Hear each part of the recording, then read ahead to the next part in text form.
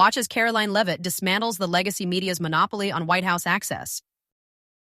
Before I take your questions, I would like to point out to all of you once again have access to the most transparent and accessible president in American history.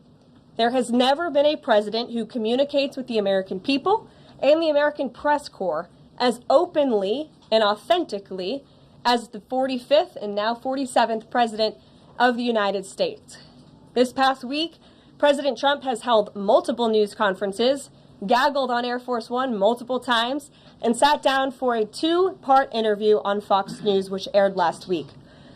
As Politico summed it up best, Trump is everywhere again. And that's because President Trump has a great story to tell about the legendary American revival that is well underway.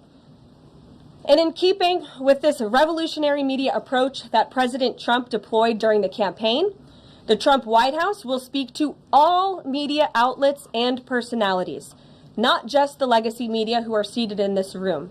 Because according to recent polling from Gallup, Americans' trust in mass media has fallen to a record low. Millions of Americans, especially young people, have turned from traditional television outlets and newspapers to consume their news from podcasts, blogs, social media, and other independent outlets. It's essential to our team that we share President Trump's message everywhere and adapt this White House to the new media landscape in 2025. See how Trump's press secretary exposes the mainstream media's lies with undeniable truth. I commit to speaking on behalf of the President of the United States. That is my job. And I will say it's very easy to speak truth from this podium when you have a president who is implementing policies that are wildly popular with the American people, and that's exactly what this administration is doing. It's correcting the lies and the wrongs of the past 4 years, many of the lies that have been told to your faces in this very briefing room. I will not do that. But since you brought up Truth Seek, I would like to point out while I vow to provide the truth from this podium, we ask that all of you in this room hold yourselves to that same standard. We know for a fact there have been lies that have been pushed by many legacy media outlets in this country about this president, about his family, and we will not accept that. Watch as Trump's administration shows real strength in international diplomacy.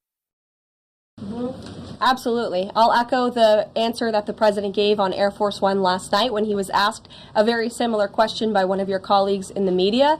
This signifies peace through strength is back.